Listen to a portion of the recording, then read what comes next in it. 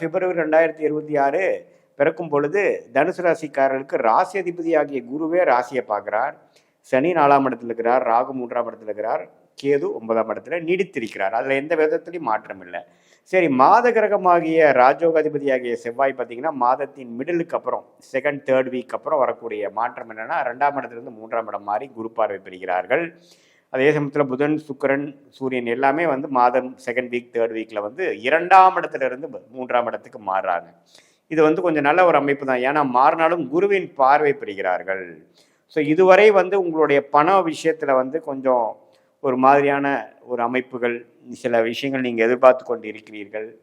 பண விஷயம் வரவேண்டிய பணம் வராமல் இருக்குதுங்கிறவங்களுக்குலாம் பார்த்தீங்கன்னா டக்குன்னு ஒரு போர்ஷன் ஆஃப் த அமௌண்ட் வரக்கூடிய அமைப்புகள், எப்போவோ போட்ட இன்வெஸ்ட்மெண்ட் ரிட்டர்ன்ஸ் கிடைக்கிறது, யாருக்கோ கொடுத்த அமௌண்ட் திருப்பி வர்றது, இன்வெஸ்ட்மெண்ட் ரிட்டர்ன்ஸ் வர்றது, நம்ம ஒரு மாதிரி சைடு இன்கம் வர்றது, அதே சமயத்தில் கொஞ்சம் சில கடன் பிரச்சனைகள்லாம் சால்வ் பண்ணிக்கிறது, அது மாதிரி சில விஷயங்கள், பாசிட்டிவான சில விஷயங்கள், இடம் சார்ந்த விஷயங்கள், மெடிக்கல் ரிலேட்டடான விஷயங்கள், ரியல் எஸ்டேட்டில் இருக்கிறவங்களுக்கெல்லாம் நல்ல ஒரு லாபம் பெறக்கூடிய ஒரு அமைப்பு கண்டிப்பாக அந்த உச்ச செவ்வாய் குருவின் பார்வை பெறுவதனால நல்ல அமைப்புகள்